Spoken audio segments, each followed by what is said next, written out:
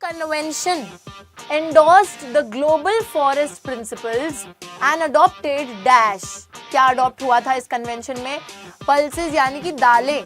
सबसे ज्यादा वर्ल्ड के अंदर कौन सा ऐसा देश है जो कि दालों को प्रोड्यूस भी सबसे ज्यादा करता है, दालों की खेती भी सबसे ज्यादा करता है और दालों को कंज्यूम भी सबसे ज्यादा करता है, रॉ मटेरियल को भी प्रोड्यूस या सप्लाई कर रहे हैं, इंडस्ट्रियल ओनर भी वही है। हेलो एवरीवन, स्वागत है आप सभी का आज की हमारी इस क्लास में। बच्चों, this is your SST educator Ujjwala पुंज और आज की क्लास बहुत ही इंटरेस्टिंग होने वाली है क्योंकि आज हम लेकर आ गए हैं ज्योग्राफी के most important MCQ questions for your board examinations.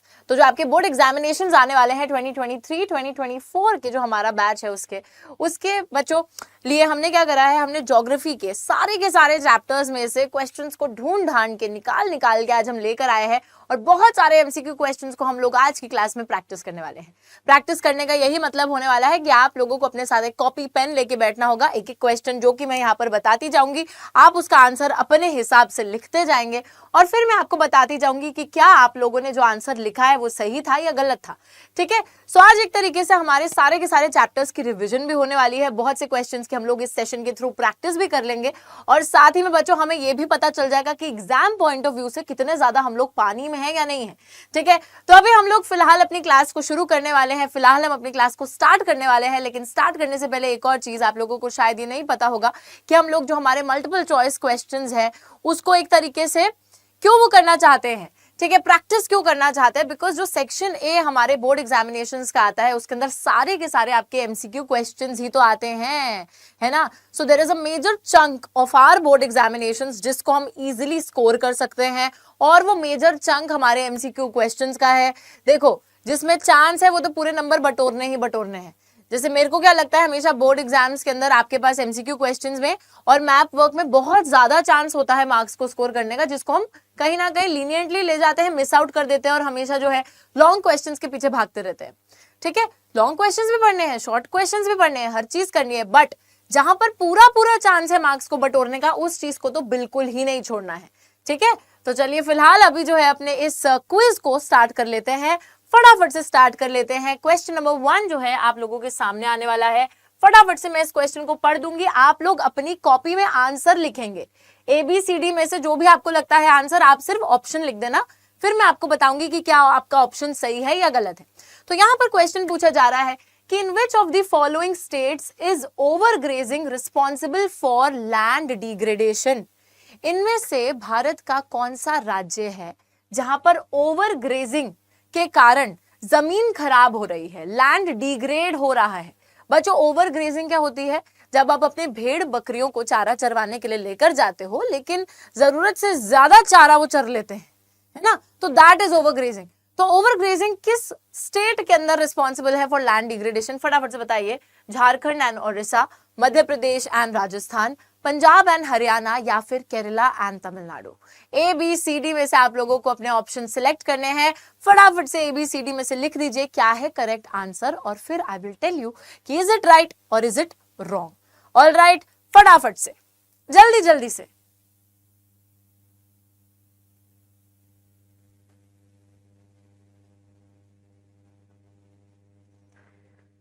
All right, okay, time up हो गया है। मैं यहाँ पर बच्चों आप लोगों को बता देती हूँ कि the correct answer is option A, Jharkhand and Odisha. क्या है करेक्ट ऑप्शन? करेक्ट ऑप्शन है option A, Jharkhand and Odisha. अगर आपको ऐसा लगता है तो ये बिल्कुल गलत है क्योंकि the correct option is option B, Madhya Pradesh and Rajasthan. Jharkhand और ओडिशा में कहां से हो गई ओवरग्रेजिंग? हाँ, मेरे को पता है तुम लोग कंफ्यूज हो गए हो। ठीक है, तो बच्चों the correct option is option B, Madhya Pradesh and Rajasthan. Madhya Pradesh, MP और राजस्थान जो हमारा सेंट्रल इंडिया है और जो वेस्टर्न इंडिया है वहां पर हम लोग देखते हैं कि एक तरीके से ओवर ग्रेजिंग की वजह से लैंड डिग्रेडेशन हो रहा है। क्योंकि क्या होता है, जब आप भेड़ बकरियों को लेकर जाते हो तो वो जरूरत से ज्यादा चारा चर लेते हैं, है ना। उनको कोई मेजर करके तो हम दे नहीं रहे हैं कि एक कप में या एक ग्लास में या एक प्लेट में डाल कर कितना ही चारा चरना है। तो जब वो एक तरीके से बहुत बेरहमी से जो है खींचते हैं घास फूस को तो वो जमीन जो है वो डिग्रेड होती रहती है। ठीक है, चलिए, तो मध्य प्रदेश एंड राजस्थान याद रखिएगा। Next, soil formed by intense leaching is called. बच्चों, इंटेंस लीचिंग द्वारा जो मिट्टी बनती है उसको हम क्या बोलते हैं, उसका क्या नाम है?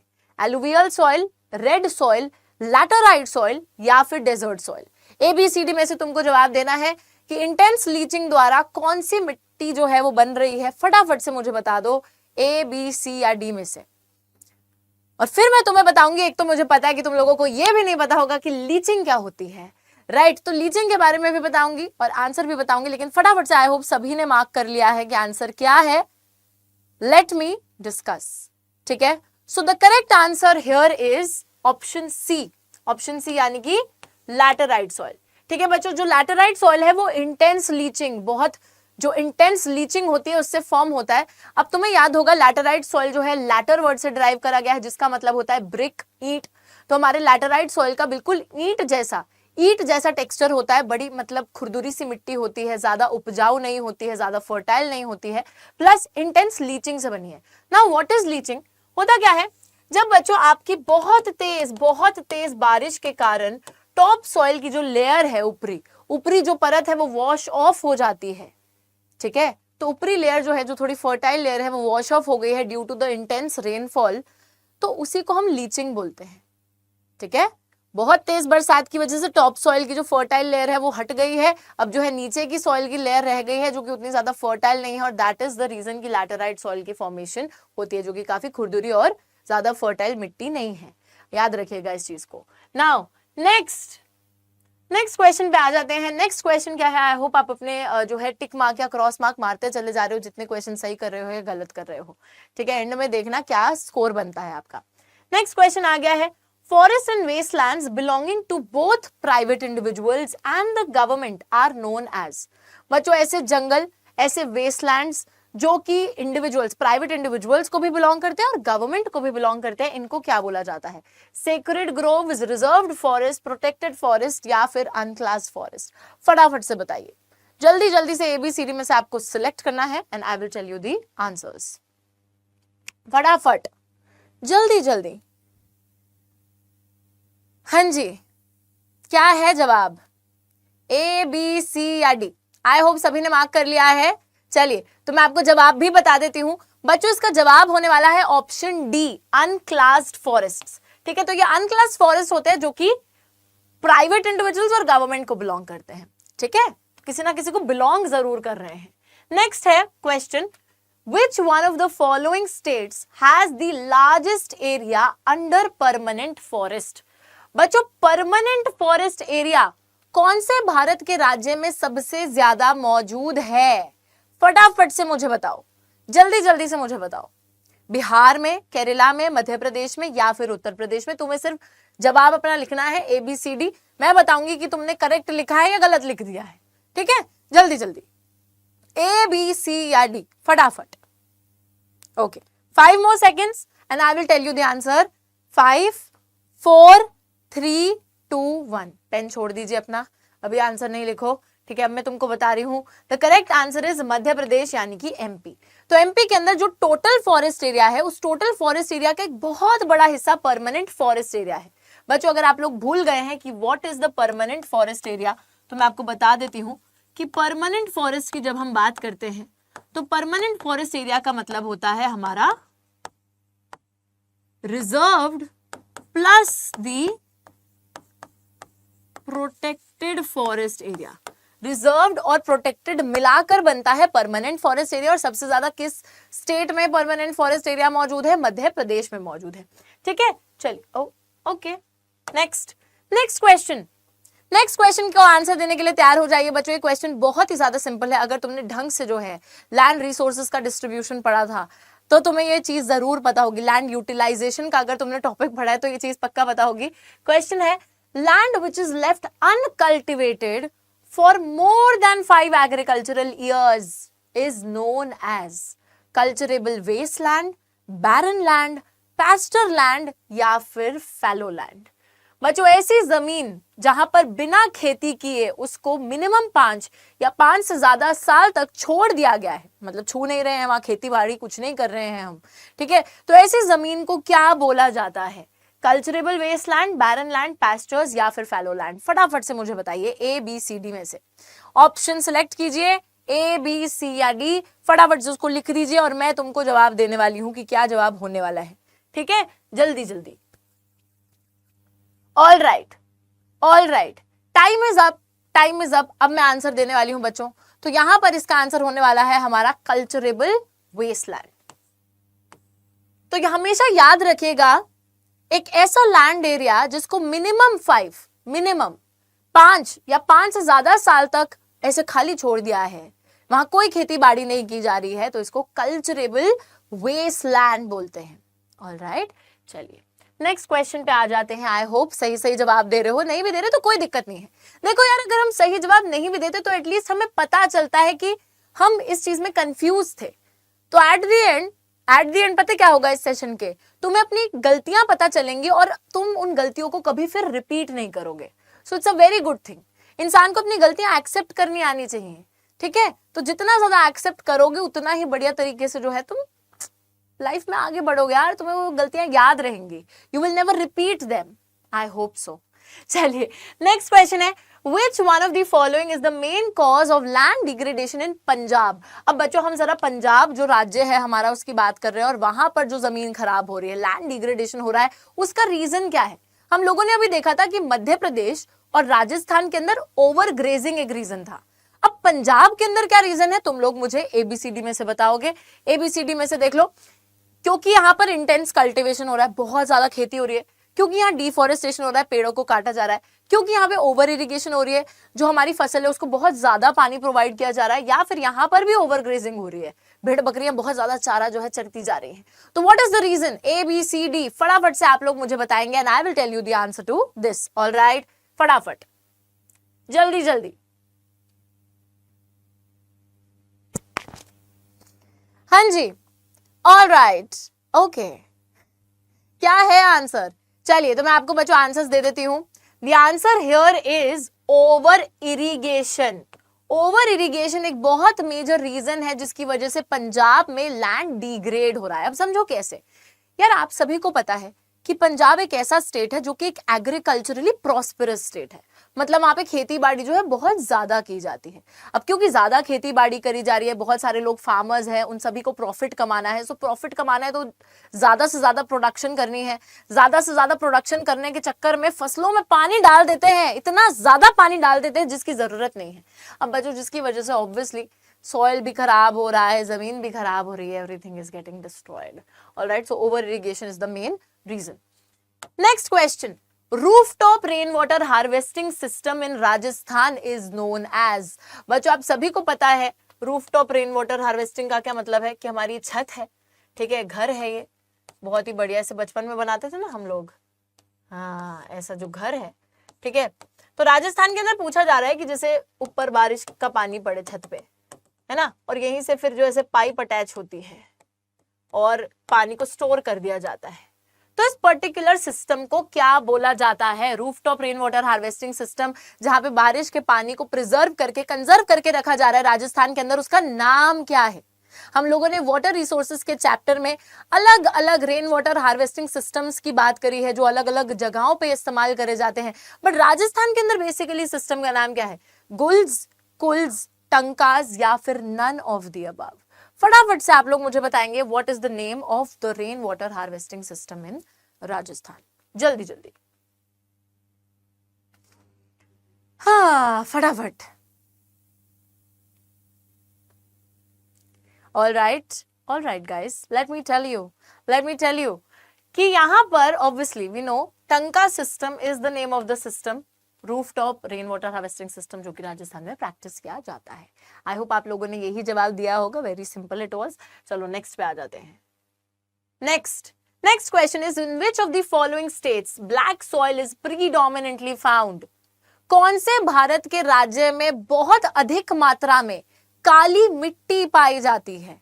बच्चों अपने दिमाग में विजुअलाइज करो, ब्लैक सॉइल एरिया कौन सा था, कहां पर ब्लैक सॉइल मैप में मौजूद था, फिर जरा एस्टिमेट लगाओ कि वो कौन सा इंडियन स्टेट है। जम्मू कश्मीर, महाराष्ट्र, राजस्थान या Jharkhand? Which Indian state are we talking about here? फटाफट से, जल्दी जल्दी। अब ये वाले क्वेश्चन में ज्यादा टाइम नहीं लगना चाहिए, इट्स वेरी वेरी सिंपल। फटाफट से आप लोगों को बताना है विच इज द, मैं बोलने वाली थी rooftop rain water, which is the area जहां पे ब्लैक सॉइल पाया जाता है? फटाफट, A B C D, 5 seconds more. and we are discussing. All right. Should I tell you guys? So the answer here is Maharashtra.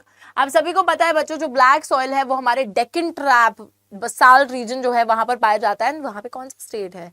Maharashtra. ठीक है, तो याद रखिएगा। चलिए नेक्स्ट, बहुत सिंपल था ये तो, मैप अगर याद होगा तो आंसर दे चुके होंगे। Next question is, in which of the following reasons people built guls and kuls for irrigation? कौन सा बच्चों रीजन है, कौन सा ऐसा क्षेत्र है जहां पे लोगों ने पानी को बचाने के लिए गुल्स और कुल्स बनाए हैं? फटाफट से मेरे को बताइए। Northern plains, western Himalayas, coastal areas या फिर नन ऑफ दीज। 10 सेकेंड्स मोर, फटाफट से आंसर लिखो। गुल्स कुल्स कहां पर रेन वाटर को हार्वेस्ट करने के लिए बनाए जाते हैं?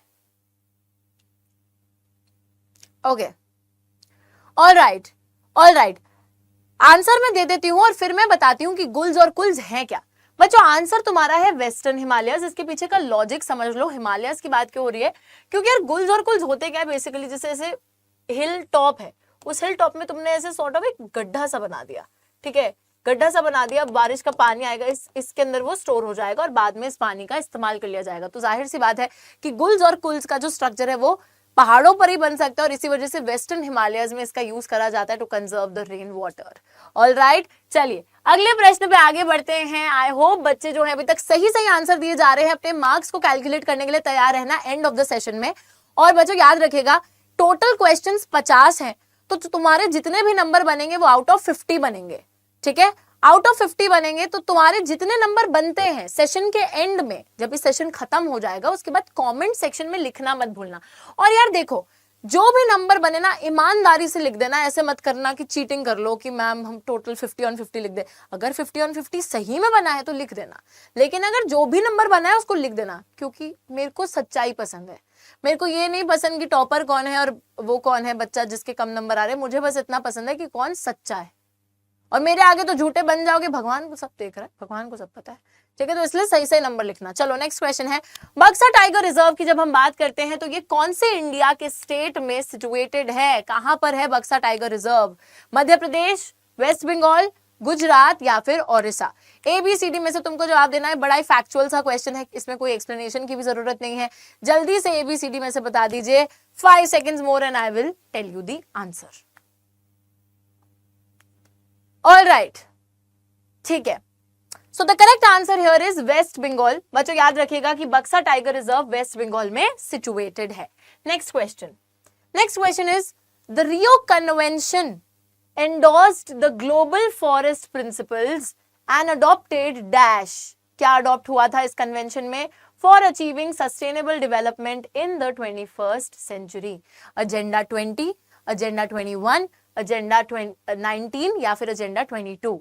बच्चों इन ऑप्शंस में से आपको ABCD में से सिलेक्ट करना है कि जो रियो डी जनेरो का अर्थ समिट था वहां पर ग्लोबल फॉरेस्ट प्रिंसिपल्स को अडॉप्ट करा गया था और साथ ही में एक एजेंडा अडॉप्ट करा गया था ताकि वर्ल्ड में सारी की सारी कंट्रीज मिलकर सस्टेनेबल डेवलपमेंट को अचीव कर सके। यानी कि ऐसे टाइप की डेवलपमेंट जिसमें प्रेजेंट जनरेशन भी डेवलपमेंट कर सके और फ्यूचर जनरेशन पर भी आंच ना आए। ठीक है, वो भी अपनी आगे कल को जो आगे आने वाली पीढ़ी है वो भी डेवलपमेंट अपनी कर सके।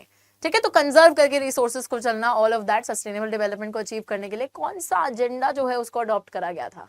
फटाफट से मुझे बताइए। All right, so here the answer is agenda 21। ये सभी को पता होना चाहिए और एजेंडा 21 के बारे में भी सभी को पता होना चाहिए। ठीक है, तो बेसिकली अगर आप ये भी डिटेल याद रखोगे कि यार एजेंडा 21 से हम लोग क्या अचीव करना चाहते थे? सस्टेनेबल डेवलपमेंट को अचीव करना चाहते थे in the 21st century। Next question is, which is the most widely spread soil in India? सबसे ज्यादा जो मिट्टी भारत में मौजूद है वो कौन सी है? Black soil, alluvial soil, red soil या एरिड सॉइल? कौन सी मिट्टी बच्चों सबसे ज्यादा मात्रा में भारत में पाई जाती है? ABCD में से आपको जवाब यहां पर देना है। जल्दी से बताएंगे बच्चे लोग, मुझे फटाफट से बताएंगे। ऑल राइट, ठीक है, okay. So let me discuss the correct answer. Very simple question it is. The correct answer here is alluvial soil.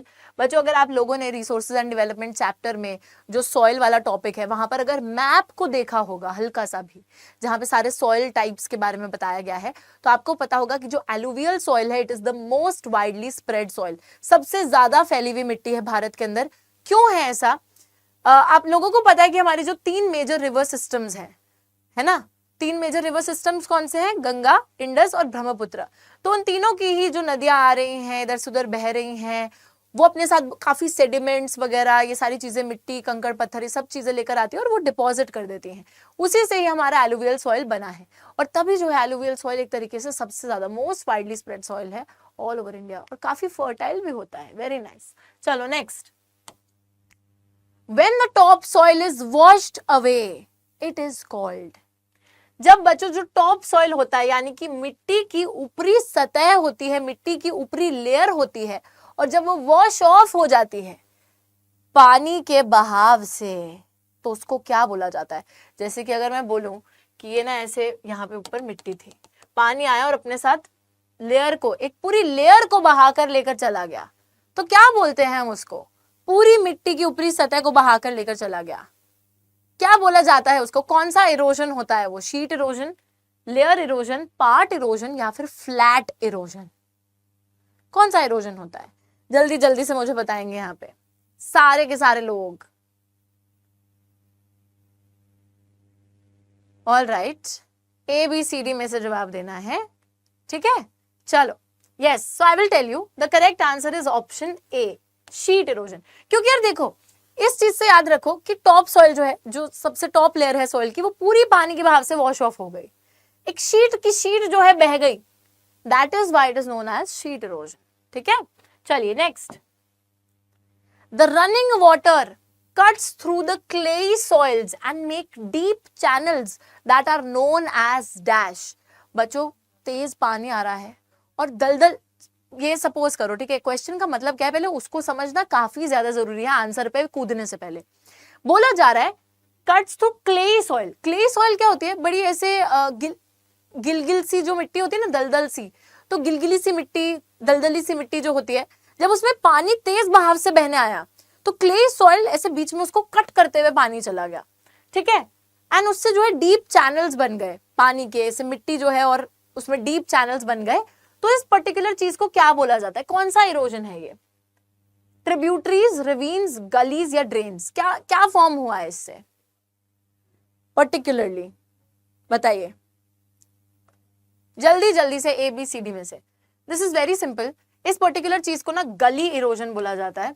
गली इरोजन क्योंकि गली सी बना दी है ना उस पानी ने, है ना. जैसे मिट्टी थी पहले, ऐसे वो मिट्टी थी, पानी तेज से बहकर आया, सपोज ये मिट्टी में ऐसे एक ऐसे गली सी फॉर्म कर दी. ठीक है, बहकर इसमें से चला गया. तो therefore it is known as गली erosion. All right, next question.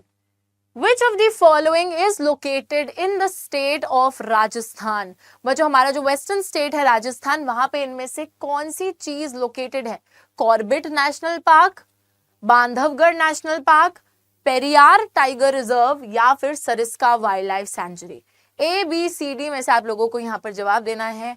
क्या है सही जवाब? फटाफट से मुझे आप लोग बताएंगे जल्दी जल्दी से.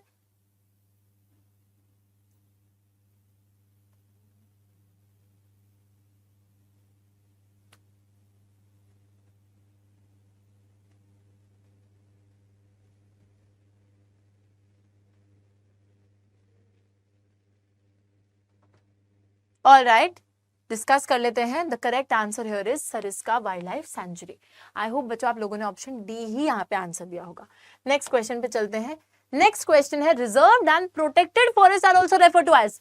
अब यार ये कोई क्वेश्चन बड़ा नया सा क्वेश्चन तो है नहीं, मैंने अभी थोड़ी देर पहले ही तुमको बता दिया था कि क्या होते हैं ये रिजर्व्ड और प्रोटेक्टेड फॉरेस्ट. रिजर्व फॉरेस्ट वो है जिनको एक तरीके से गवर्नमेंट ने बोल दिया कि भाई बहुत वैल्यूएबल चीजें यहाँ पे पाई जाती हैं, तो कोई घुसेगा भी नहीं, यहाँ पे कोई इंटरफेरेंस नहीं होगी. और प्रोटेक्टेड फॉरेस्ट ऐसे फॉरेस्ट है जहां पर आपने ये डिक्लेयर करा है कि ये जो फॉरेस्ट एरिया है यहाँ पे ऑलरेडी बहुत ज्यादा इसका जो है शोषण हो चला है, तो फर्दर डिप्लीशन से हमको इसे बचाना है. ठीक है, तो रिजर्व और प्रोटेक्टेड फॉरेस्ट जब दोनों को आप मिला देते हो तो उस पर्टिकुलर फॉरेस्ट एरिया को क्या बोला जाता है, बेसिकली यही पूछा जा रहा है, अनक्लास्ड forest, permanent forest, estate, open forest या फिर मैनग्रोव फॉरेस्ट। ABCD में से जल्दी जल्दी से आप लोग जवाब देंगे, फटाफट से, जल्दी जल्दी।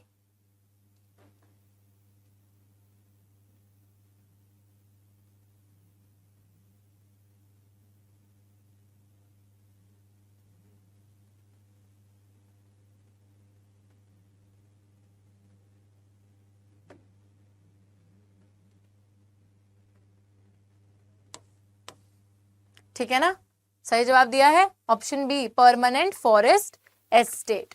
चलो नेक्स्ट क्वेश्चन क्या है बच्चों, चलिए देखिए।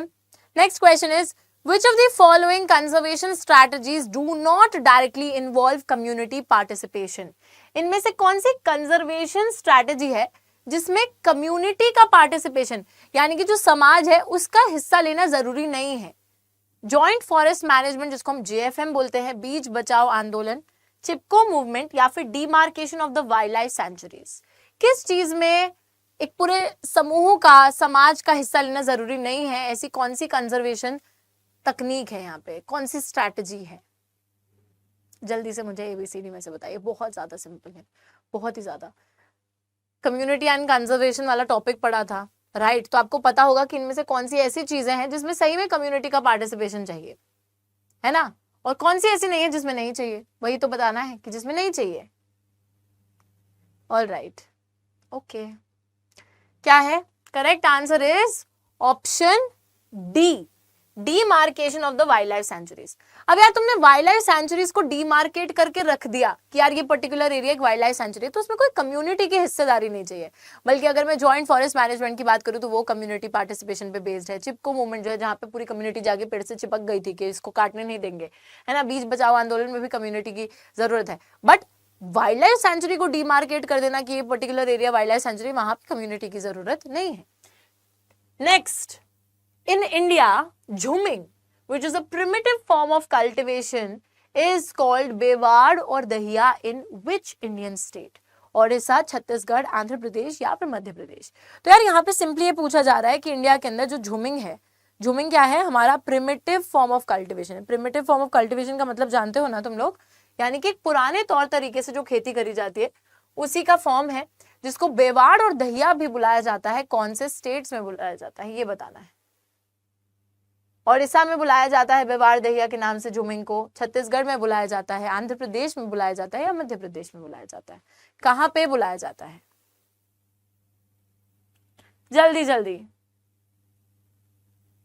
ऑल राइट, ठीक है, हाँ, ओके, मैं आंसर बता रही हूं। सो the correct answer here is guys Madhya Pradesh, MP के अंदर बेवाड़ और दहिया के नाम से इसको जाना जाता है।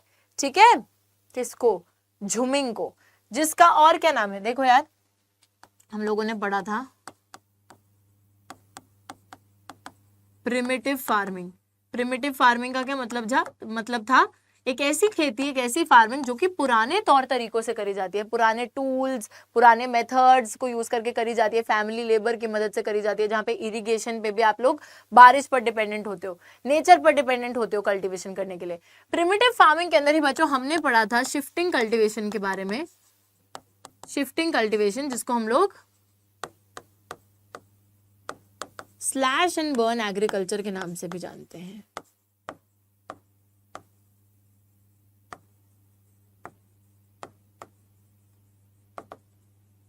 है ना। और इसे shifting cultivation slash and burn agriculture को ही अलग अलग नामों से देश के अंदर जाना जाता है। जैसे बेवाड़ और दहिया के नाम से इसको मध्य प्रदेश में जाना जाता है, झूमिंग के नाम से इसको कहाँ जाना जाता है? अभी क्वेश्चन आएगा तब बताना। चलो आगे चलिए। In states like Assam dash and Odisha 3 crops of paddy are grown in a year. These are ओस, अमन एंड बोरो। बच्चों आसाम, ओडिशा और एक और राज्य है जहां पे चावल के 3 क्रॉप साल में उगाए जाते हैं, और उस चावल के 3 क्रॉप्स को बोला जाता है, एक को ओस, एक को अमन, एक को बोरो। ठीक है, तो कौन सा स्टेट है वो? एक तो आसाम है, एक ओडिशा है, और कौन सा स्टेट है? उत्तर प्रदेश, वेस्ट बंगाल, पंजाब या फिर हरियाणा? ABCD में से फटाफट से तुम लोगों को सिलेक्ट करना है। What is the right answer? जल्दी जल्दी से बता दोगे, फटाफट से बता दोगे तो मजे ही आ जाएंगे, है ना। जल्दी जल्दी, 5 seconds मोर, 5 4 3 2 1, आंसर दे दे। So the correct answer here is West Bengal. खुद ही सोचो ना यार, असम ओडिशा कौन सा स्टेट वहां पे है, वेस्ट बंगाल, ठीक है, West Bengal is the correct answer. Okay, चलिए next. Arabica variety of coffee was initially brought to India from which of the following countries? बच्चों, इंडिया के अंदर जो अराबिका वैरायटी की कॉफी मिलती है जो कि काफी ज्यादा पॉपुलर है, ये कहाँ से लाई गई थी, कौन से देश से इस कॉफी की वैरायटी को लाया गया था? येमेन, वियतनाम, जापान या फिर कोरिया? जल्दी जल्दी से मुझे बताइए कि ये अराबिका वैरायटी कहाँ से आई थी भारत में, फटाफट से, जल्दी जल्दी।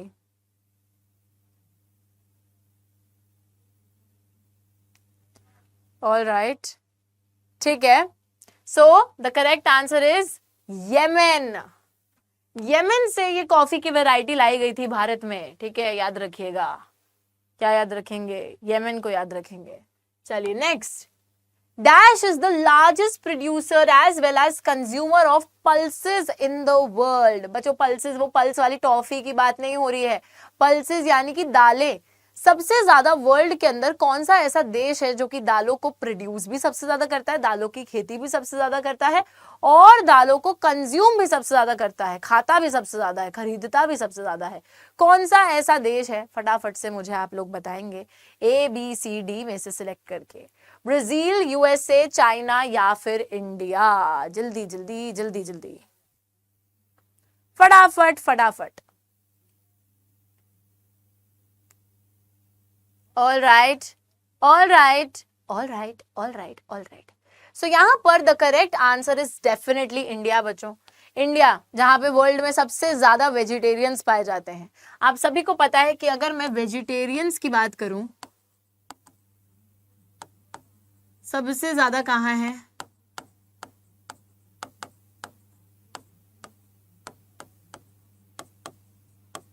इंडिया में पाए जाएंगे, है ना। इंडिया में सबसे ज्यादा वेजिटेरियंस पाए जाएंगे।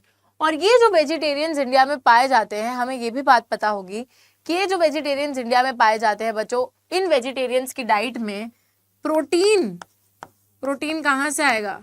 प्रोटीन आएगा दालों से, क्योंकि पल्सेस जो है वो एक बहुत रिच सोर्स ऑफ प्रोटीन होते हैं यार।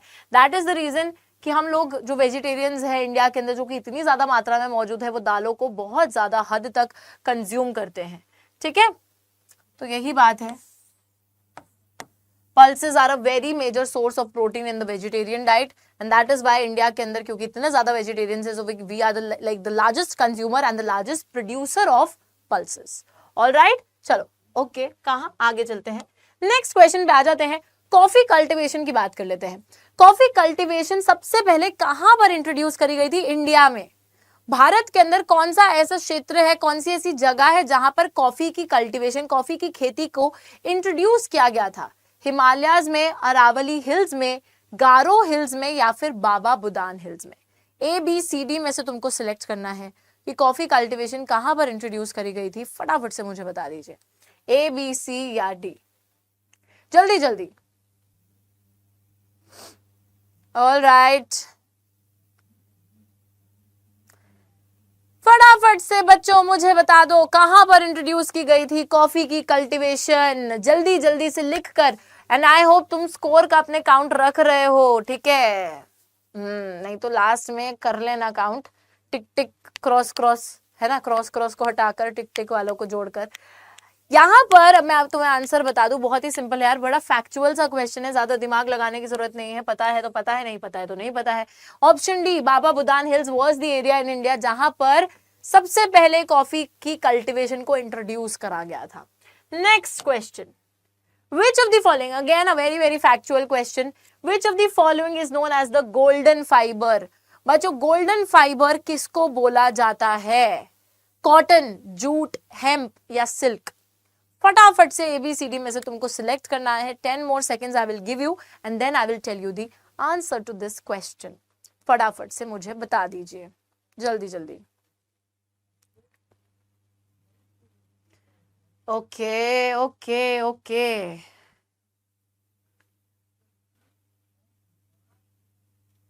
आंसर मैं बता रही हूं, बहुत हो गया टाइम। ठीक है, गोल्डन फाइबर था। मुझे पता है तुम लोग कंफ्यूज होगे, बहुत से लोगों को लगा होगा कि मैम सिल्क आंसर होना चाहिए, but the correct answer is jute. ठीक है बच्चों, jute is the golden fibre, याद रखिएगा। ठीक है, नेक्स्ट क्वेश्चन पे आते हैं। The Bhoodan Gramdan movement initiated by dash is also known as the bloodless revolution. बच्चों भूदान ग्रामदान जो मूवमेंट थी, यानी कि एक ऐसा आंदोलन था ना जिसके अंदर जमीन का दान करा गया था, बहुत से गांव का दान कर दिया गया था। तो इस मूवमेंट को, जिसको ब्लडलेस रेवोल्यूशन भी बोला जाता है, क्योंकि एक रेवोल्यूशन आई थी, बहुत से लोग जिनके पास जमीनें नहीं थी उनको जमीनें मिल गई थी इस मूवमेंट के थ्रू। तो ये जो एक ब्लडलेस रेवोल्यूशन थी, बिना खून खराबे के जो एक रेवोल्यूशन आई थी, क्रांति आई थी, इस पर्टिकुलर चीज को, इस मूवमेंट को किसने इनिशिएट करा था? फटाफट से बताइए। जवाहरलाल नेहरू, विनोबा भावे, महात्मा गांधी या फिर सरदार पटेल? ABCD में से आपको सिलेक्ट करना है कि किसने, किस व्यक्ति ने इनिशिएट करी थी द भूदान ग्रामदान मूवमेंट। फटाफट से, जल्दी जल्दी से, बहुत सारे क्वेश्चंस अभी पड़े हैं, तो जल्दी जल्दी से, जितना जल्दी से बता दोगे उतना बढ़िया हो जाएगा। ओके, डिस्कस कर लेते हैं। So this was initiated by Vinoba Bhave, जो बच्चों स्पिरिचुअल हेयर माने जाते थे, किसके? महात्मा गांधी जी के। विनोबा भावे जो है महात्मा गांधी का मैसेज स्प्रेड करते हुए जा रहे थे। जब उनको कुछ फार्मर्स बोलते हैं एक जगह पर, जब वो स्पीच दे रहे होते तो फार्मर्स बोलते हैं कि हमारी समस्या को सुनिए, हमारे पास जमीनें नहीं है तो हम क्या करें? तो विनोबा भावे कहते हैं कि हम कोशिश जरूर करेंगे तुम्हारी समस्या का समाधान करने के लिए। तो वहीं पर एक व्यक्ति खड़े होकर अपनी बहुत सारी जमीनें जो उनके पास होते हैं उसका दान कर देते हैं। ये इस वजह से हो रहा था बच्चों, क्योंकि लैंड सीलिंग एक्ट लगने वाली थी, जिसके बाद वैसे भी बहुत से जमींदारों से जमीनें छीनी जानी थी। तो कुछ लोग अच्छे बन गए लोगों के आगे, उन्होंने बोला चलो पहले ही लैंड सीलिंग लगे, इससे पहले ही मैं दान दे देता हूँ ताकि मेरा नाम भी अच्छा हो जाए और फिर मेरे से जमीन तो छीनी जानी ही है। ठीक है, और उसके बाद ऐसे ही गांव का भी दान होता है इसी मूवमेंट के थ्रू। बहुत सारे लैंडलेस लोगों को जमीनें मिलती हैं इस पर्टिकुलर मूवमेंट से। चलिए आगे चलते हैं। नेक्स्ट 10 में से कौन सा एक राबी क्रॉप है? बच्चों बड़ा ही फैक्चुअल सा क्वेश्चन है फिर से। राबी क्रॉप कौन सा है जिसको आप विंटर्स में सो करते हो, बोते हो, और फिर समर आने पर उसको जो है हार्वेस्ट करते हो? राइस, व्हीट, मिलेट्स या कॉटन? तो ऑब्वियस सी बात है कि अगर एक राबी है, इसमें 3 खारिफ मौजूद हैं, एक राबी क्रॉप कौन सा है? फटाफट से बताना है। चावल है, गेहूं है, मिलेट्स है, कॉटन है, कौन सा है राबी क्रॉप? ABCD में से बताएंगे, फटाफट से बताएंगे। चलिए, all right, let's discuss the answer. Rabi crop इनमें से है बच्चों हमारा व्हीट, यानी कि गेहूं। ठीक है, तो ऑप्शन बी यहां पर बिल्कुल बिल्कुल बिल्कुल बिल्कुल करेक्ट है। चलिए नेक्स्ट क्वेश्चन पे आते हैं। What is primitive subsistence farming known as in northeastern states like Assam, Meghalaya, Mizoram and Nagaland? बच्चों जो हमारी प्रिमिटिव सबसिस्टेंस फार्मिंग है, वही जो भी मैंने तुम्हें बताया भी था, जिसको स्लैश एंड बर्न भी बोलते हैं, शिफ्टिंग कल्टीवेशन भी बोलते हैं, इस पर्टिकुलर फार्मिंग को जो हमारे भारत के उत्तरी पूरब है ना, हिंदी में मैम थोड़ी सी कमजोर है, उत्तरी पूरब जो हिस्सा है, यानी कि जो हमारा नॉर्थ ईस्टर्न हिस्सा है, वहां पर क्या बोला जाता है? पूरब ही होता है ना, पूरब पश्चिम। आसाम, मेघालय, मिजोरम, नागालैंड के अंदर इस पर्टिकुलर फार्मिंग को क्या बोला जाता है? हॉर्टिकल्चर, पेंदा, झूमिंग या मिल्पा? जैसे मैंने तुमको बताया था कि यार अलग अलग नाम से जानी जाती है, अलग अलग हिस्सों में, इंडिया के भी अलग हिस्सों में अलग नाम से, वर्ल्ड के अलग हिस्सों में भी अलग नाम से, काफी ज्यादा नाम है इस फार्मिंग के, हर जगह पे अलग। ठीक है, बताओ फटाफट से। यहां पर द करेक्ट आंसर इज झूमिंग। ठीक है बच्चों, झूमिंग बहुत ही ज्यादा अच्छे से याद रख लेना कि हमारे नॉर्थ ईस्टर्न स्टेट्स में इसको झूमिंग के नाम से जाना जाता है। It's very very important. Mewar, दहिया मध्य प्रदेश, लेकिन यहाँ नॉर्थ ईस्ट में झूमिंग। ठीक है, चलो आगे आ जाओ, नेक्स्ट क्वेश्चन पे आ जाते हैं। नेक्स्ट क्वेश्चन क्या है, चलिए देखते हैं।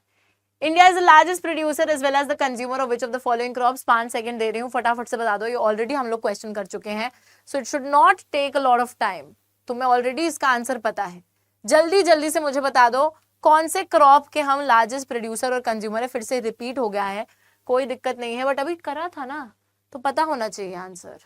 राइस, मिलेट्स, पल्सेस या ऑयल सीड्स?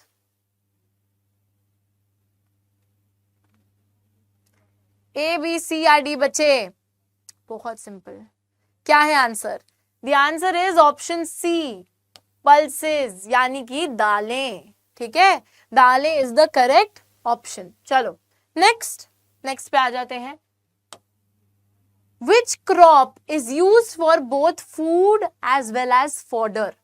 ये क्रॉप जो है खाने के लिए भी इस्तेमाल करा जाता है और हमारे जानवरों को चारा चरवाने के लिए भी इसका इस्तेमाल करा जाता है। कौन सा क्रॉप है? ज्वार है, मेज है, बाजरा है या वीट है? किस चीज को खाते भी हैं, चारे में भी देते हैं? बताइए बच्चों, फटाफट से ए, बी, सी, डी में से तुमको सिलेक्ट करना है। जल्दी जल्दी से सिलेक्ट करना है। फटाफट से मुझे बताना है कि what is the correct option.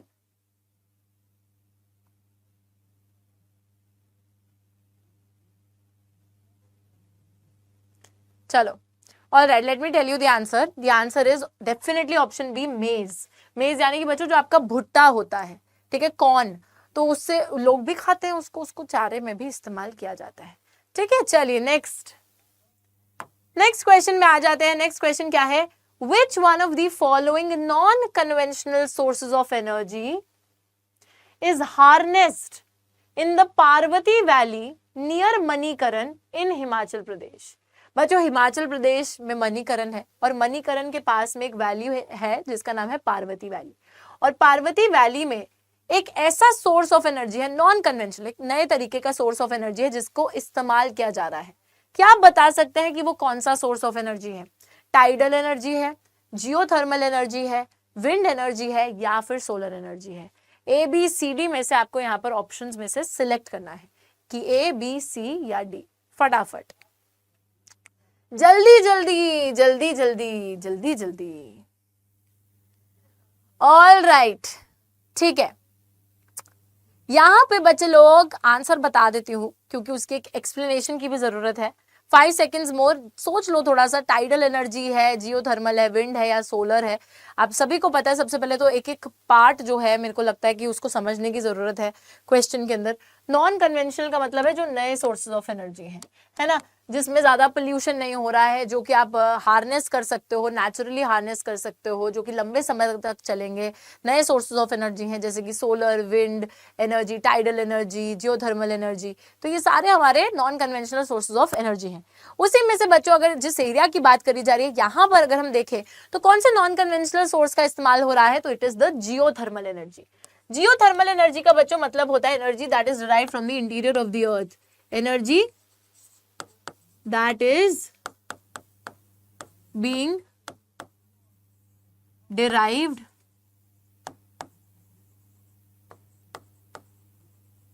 from the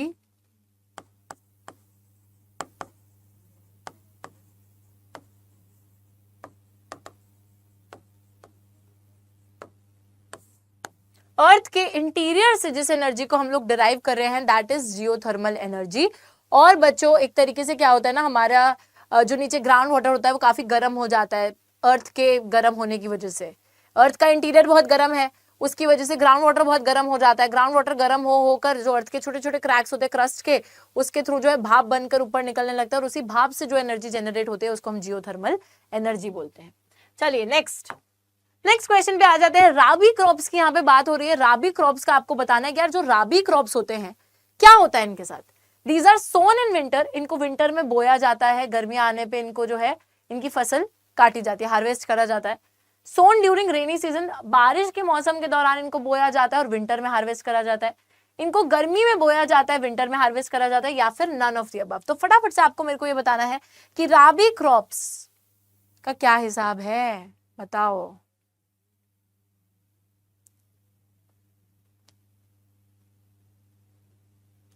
जल्दी जल्दी बताओ यार, टाइम नहीं लगाना है, फटाफट से बताना है, ठीक है।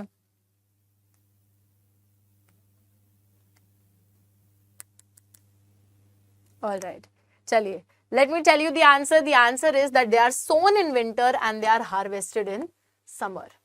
सर्दी में, सर्दी जब आती है तब इसको बोया जाता है जितने राबी क्रॉप्स होते हैं, और गर्मी आने पे इस फसल की कटाई होती है, ठीक है। So they are harvested during summers. I hope this thing is very very clear to you. चलिए जी आगे आ जाते हैं नेक्स्ट क्वेश्चन पर। नेक्स्ट क्वेश्चन क्या है बच्चों, फटाफट से देख लेते हैं, अगले प्रश्न पे चलेंगे आगे। और नेक्स्ट क्वेश्चन क्या है देखेंगे। The best quality of iron ore is, सबसे बेहतरीन क्वालिटी का जो आयरन ओर पाया जाता है बच्चों, अब मैं बताती हूँ कि आयरन ओर क्या होता है, लेकिन आयरन ओर बेस्ट क्वालिटी का कौन सा होता है, सबसे पहले तो मेरे को ये बता दो ABCD में से, मैग्नेटाइट, पायराइट, हेमेटाइट या siderite, which is the best quality, bestest quality of iron ore that is found, A, B, C या D। फटाफट से ऑप्शन लिखना है आप लोगों को, जल्दी जल्दी से लिखना है, ठीक है, टाइम नहीं वेस्ट करना। चलो लिखो फटाफट, A, B, C या D। All right, all right, so the correct answer is magnetite. Okay, ये क्या हुआ, करेक्ट आंसर इज मैग्नेटाइट, ठीक है बच्चों। और याद रखिएगा जब मैं बात करती हूँ आयरन ओर की, या कभी भी मैं ओर शब्द का इस्तेमाल करूंगी, ओर का मतलब होता है एक ऐसा रॉक जिसके अंदर मिनरल मौजूद हो, तो आयरन ओर का मतलब है कि ऐसा रॉक जिसके अंदर आयरन मौजूद है, ठीक है। चलिए next, which form of coal has a low carbon, a high moisture content with a low heating capacity. इनमें से कौन सा कोल है बच्चों, कौन से टाइप का कोयला है जिसमें कार्बन कंटेंट कम है, मॉइस्चर कंटेंट बहुत ज्यादा है, हीटिंग कैपेसिटी बहुत ही कम है। फटाफट से मुझे बताइए, मतलब आसानी से कोल जलता नहीं है, पीट, लिग्नाइट, एंथ्रासाइट या फिर बिटुमिनस। फटाफट से मुझे बताइए, लो कार्बन, हाई मॉइस्चर, लो हीटिंग कैपेसिटी, फटाफट से मुझे आप लोग बताएंगे क्या है इसका सही जवाब, जल्दी जल्दी। All right,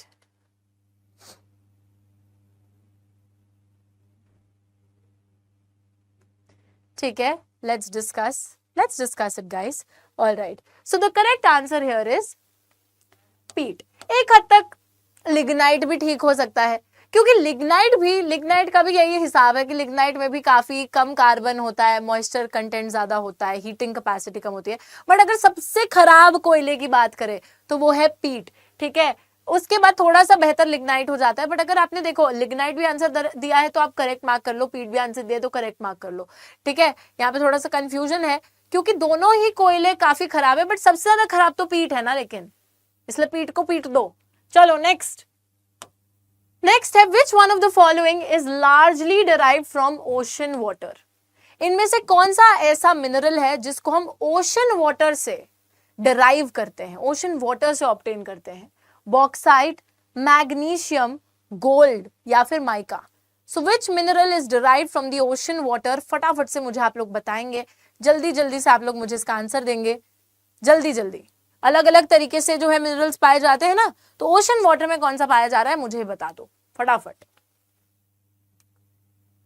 all right, 5 more seconds, 5 4 3 2 1, ठीक है। अभी मैं आंसर देने वाली हूं बच्चों, तो correct answer is magnesium. Magnesium is that particular mineral जिसको ओशन वाटर से डिराइव करा जाएगा।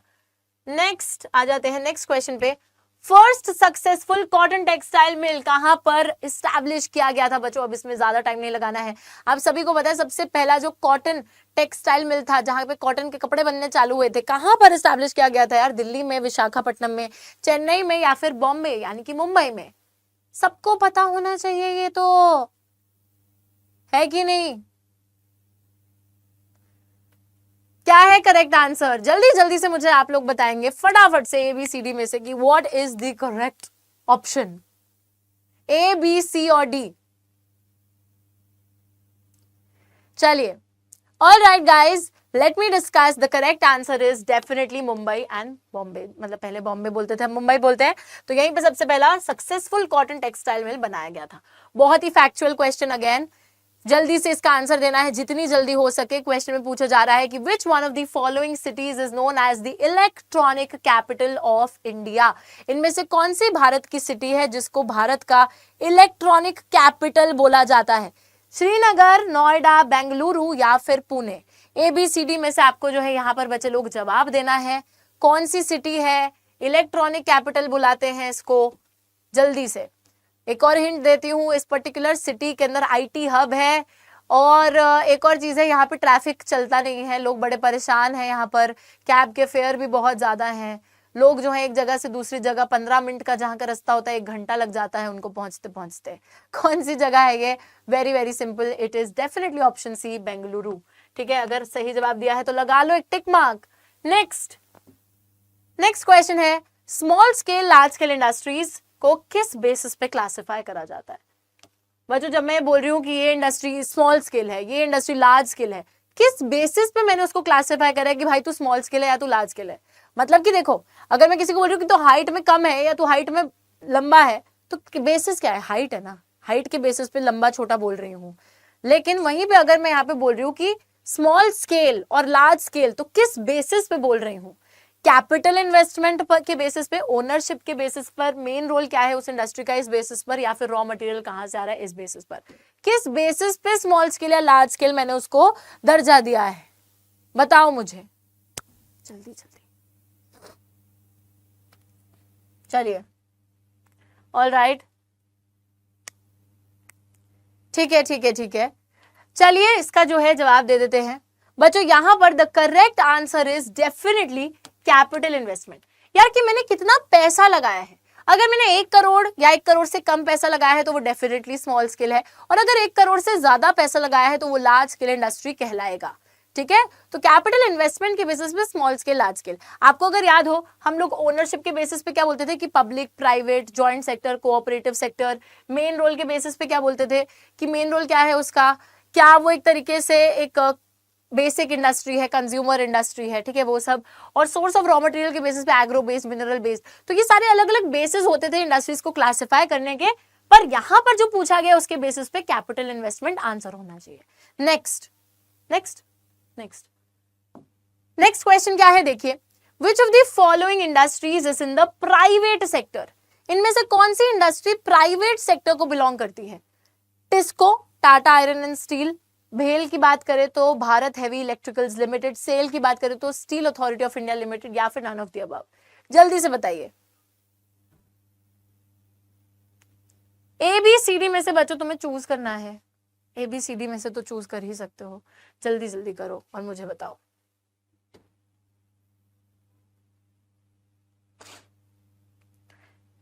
प्राइवेट सेक्टर की बात हो रही है, जल्दी जल्दी से हम लोग बताएंगे यहाँ पर क्या है correct answer. The correct answer is TISCO, Tata iron and steel company, है ना। तो ये है हमारे प्राइवेट सेक्टर की, बाकी सब BHEL और सेल तो पब्लिक सेक्टर को बिलोंग करते हैं।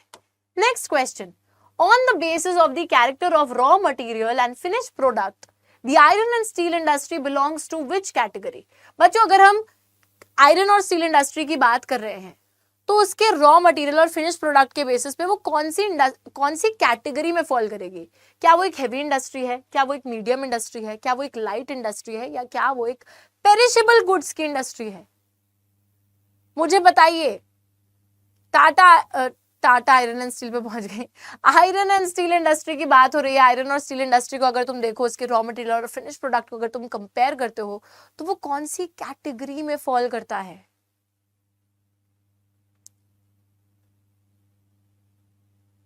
हो गया? जवाब दे दिया है कि नहीं दिया? कि नहीं दिया? जवाब दे दिया होगा, है ना। चलो फटाफट से इसको डिस्कस कर लेते हैं। तो रॉ मटेरियल और फिनिश प्रोडक्ट के हिसाब से यार, क्योंकि देखो आयरन और स्टील इंडस्ट्री का जो रॉ मटेरियल होता है, जो कच्ची सामग्री इस्तेमाल करी जाती है, वो भी काफी बल्की होती है, काफी भारी होती है, और जो फिनिश प्रोडक्ट स्टील भी जो बनता है वो भी काफी भारी होता है। इस वजह से हमारी आयरन और स्टील इंडस्ट्री एक हैवी इंडस्ट्री होती है, ना मीडियम, ना लाइट वेट और ना पेरिशेबल गुड। कोई ऐसा थोड़ी है कि आज स्टील बनेगा कल खराब हो जाएगा, है ना, फ्रिज में रख दो स्टील को, ऐसे मत करना, पेरिशेबल नहीं है, ठीक है। तो इस वजह से it's a heavy industry. Next, which of the following inorganic chemicals is used for the making of glass, soaps, detergent and paper? बच्चों, कौन सा इनऑर्गेनिक केमिकल है जिसको हम इस्तेमाल करते हैं जिससे कि ग्लास, सोप, डिटर्जेंट और पेपर भी बनाया जाता है? Soda ash, sulphuric acid, nitric acid या फिर एल्कलीज? ABCD में से तुमको करना है सिलेक्ट। जल्दी जल्दी से सिलेक्ट करो और करेक्ट सिलेक्ट करो, सही सही सिलेक्ट करो, गलत मलत नहीं, जल्दी जल्दी। फटाफट। All right, the correct answer here is soda ash. Option A बिल्कुल सही था। पेन वेन नीचे रख दीजिए, अगर ठीक मार्क कर रहा है तो ठीक है, नहीं तो 0 लगा लो नंबर। ठीक है, चलो नेक्स्ट है रॉ मटेरियल के बेसिस पर इंडस्ट्रीज को क्या क्या क्लासिफाई करा जाता है। बच्चों अगर हम रॉ मटेरियल की बात करें तो उस बेसिस पे इंडस्ट्री का कैसे क्लासिफिकेशन होता है, पब्लिक प्राइवेट में क्लासिफाई करेंगे, बेसिक कंज्यूमर इंडस्ट्री में क्लासिफाई करोगे, एग्रो बेस्ड मिनरल बेस्ड में क्लासिफाई करोगे, या फिर नन ऑफ द अबव। क्या क्लासिफिकेशन होता है अगर आप रॉ मटेरियल की, रॉ मटेरियल कहां से आ रहा है, कच्ची सामग्री कहां से आ रही है, इस बेसिस पे अगर क्लासिफाई करते हो तो 2 टाइप की इंडस्ट्री निकल कर आती हैं। कौन सी होती हैं वो 2 टाइप की इंडस्ट्रीज? फटाफट से मुझे आप लोग बता दोगे, ज्यादा टाइम लगाओगे नहीं। ठीक है, 5 सेकेंड और दूंगी। 5 4 3 2 1। ज्यादा टाइम में दूंगी नहीं। ठीक है, करेक्ट आंसर यहां पर होना चाहिए एग्रो बेस्ड और मिनरल बेस्ड इंडस्ट्री। क्योंकि यार देखो, ये क्लासिफिकेशन क्या होती है, सोर्स ऑफ रॉ मटेरियल के बेसिस पर कि कच्चा सामान कहां से आ रहा है। तो अगर मैं बोल रही हूं कि यार कोई इंडस्ट्री है जो अपना रॉ मटेरियल लेकर आ रही है एग्रीकल्चर से, जैसे कॉटन इंडस्ट्री है, ठीक है, तो वो एक तरीके से हमारी एग्रो बेस्ड इंडस्ट्री हो गई। और कोई इंडस्ट्री ऐसी है जिसका रॉ मटेरियल मिनरल से डिराइव करा जा रहा है, जैसे आयरन एंड स्टील इंडस्ट्री, तो ये बेसिस ऑफ क्लासिफिकेशन हो गया और ये आंसर हो गया। वहीं पे पब्लिक प्राइवेट सेक्टर का जो क्लासिफिकेशन होता है वो ओनरशिप के बेसिस पे होता है। बेसिक कंज्यूमर इंडस्ट्री का जो क्लासिफिकेशन होता है वो होता है मेन रोल क्या है इंडस्ट्री का, उस बेसिस पे। ठीक है, तो याद रखिएगा इस चीज को। चलो next question is dash are owned and operated by the producers or the suppliers of raw materials, workers or both। कौन सी इंडस्ट्री होती है बच्चों जो वही व्यक्ति जो कि उस सामान को प्रोड्यूस भी कर रहा है या सप्लाई कर रहा है वही इंडस्ट्रियल ओनर भी होता है। ठीक है, ऐसी इंडस्ट्री को क्या बोला जाता है? Cooperative sector industry, heavy industry, light industry या पब्लिक सेक्टर इंडस्ट्री, कंपनी जो भी है। ठीक है, जल्दी जल्दी से मुझे आप लोग बताएंगे कौन सी इंडस्ट्रीज होती हैं जो कि वही लोग ऑपरेट करते हैं, वही लोग ओन करते हैं, जो कि रॉ मटेरियल को भी प्रोड्यूस या सप्लाई कर रहे हैं, इंडस्ट्रियल ओनर भी वही है। 5 more seconds है ना, और फिर हम डिस्कस कर लेंगे। All right, 5 4 3 2 1।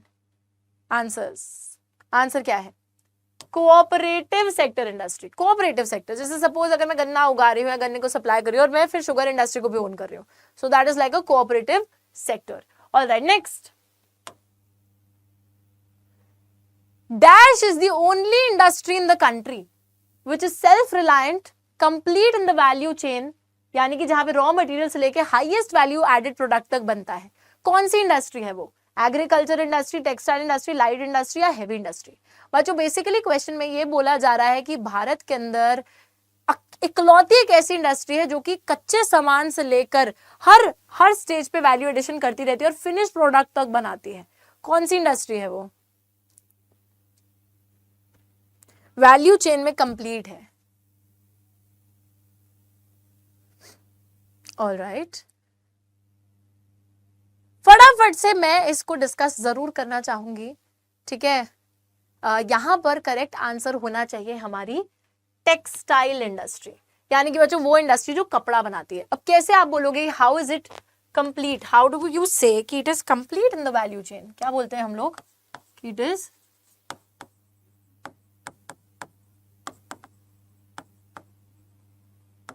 Complete in the value chain होती है, यानी कि सबसे लोएस्ट वैल्यू जो प्रोडक्ट है, यानी कि अब कॉटन आप उगा रहे हो, ठीक है, कॉटन उगा रहे हो, उगा भी रहे हो, प्रोड्यूस भी कर रहे हो कॉटन, फिर उस कॉटन से धागा बन रहा है, फिर वैल्यू ऐड हो रही है, फिर उस धागे से कपड़ा बुना जा रहा है, फिर अगेन वैल्यू ऐड हो रही है, फिर उस कपड़े को डाई करा जा रहा है, सिला जा रहा है, फिर अगेन वैल्यू ऐड हो रही है, फिर फिनिश प्रोडक्ट है उसको बेचा जा रहा है। तो हाईएस्ट वैल्यू एडेड प्रोडक्ट तक बना रहे हो लोएस्ट वैल्यू एडेड से।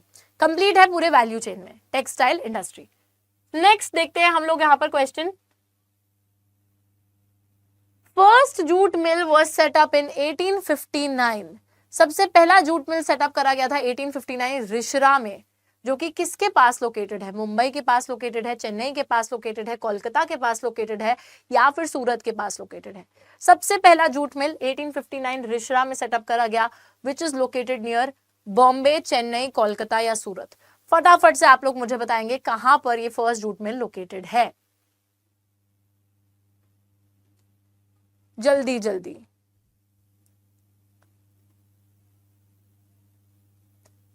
फटाफट से बच्चों यहाँ पर अपना जवाब आप लोग देंगे।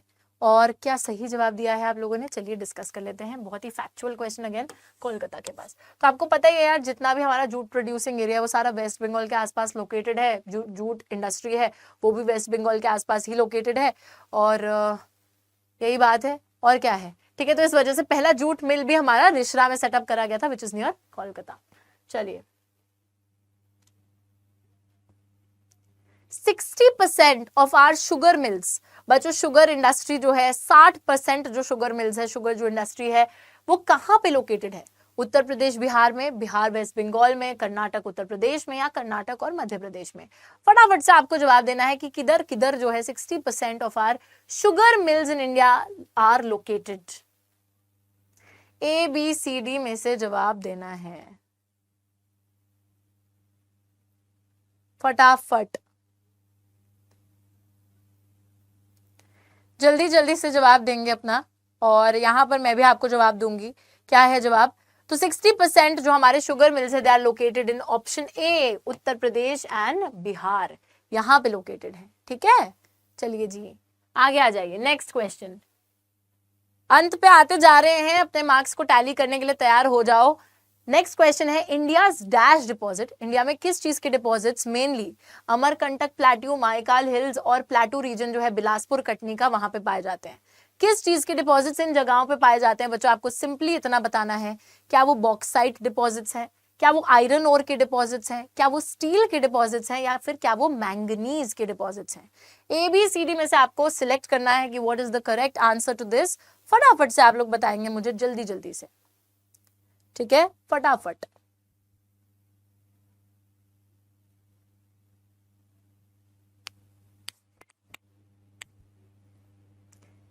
क्या है करेक्ट आंसर? फटाफट, जल्दी जल्दी।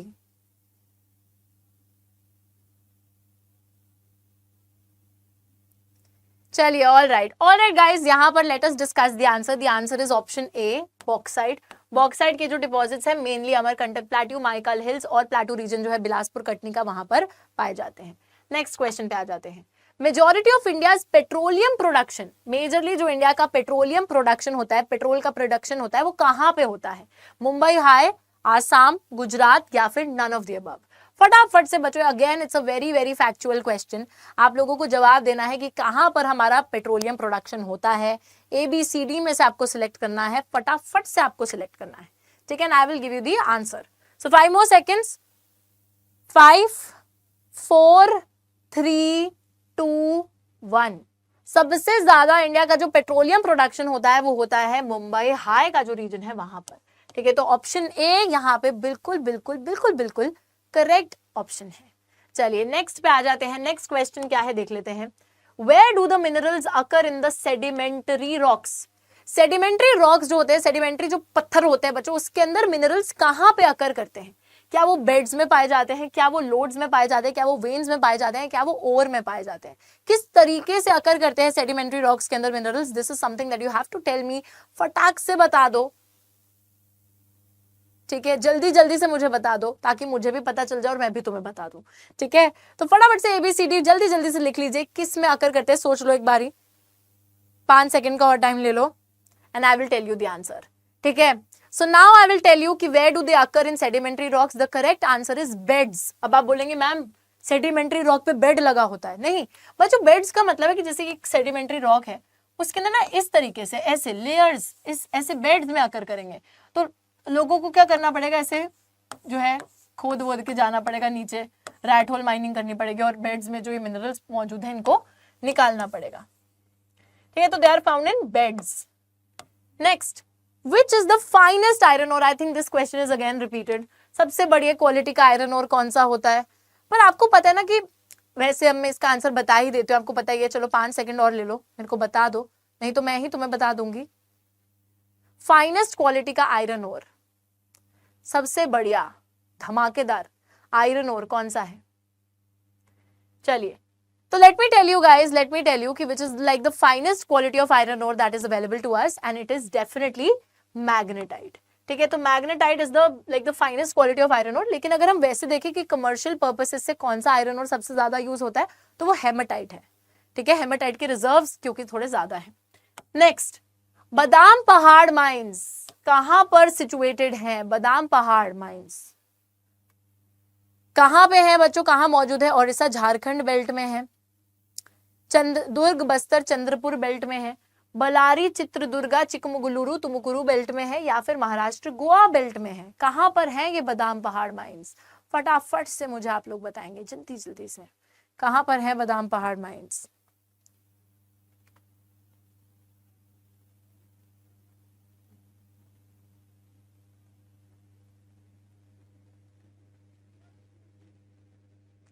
ठीक है, बादाम पहाड़ माइंस कहां पे लोकेटेड है? They are located in the Odisha Jharkhand belt.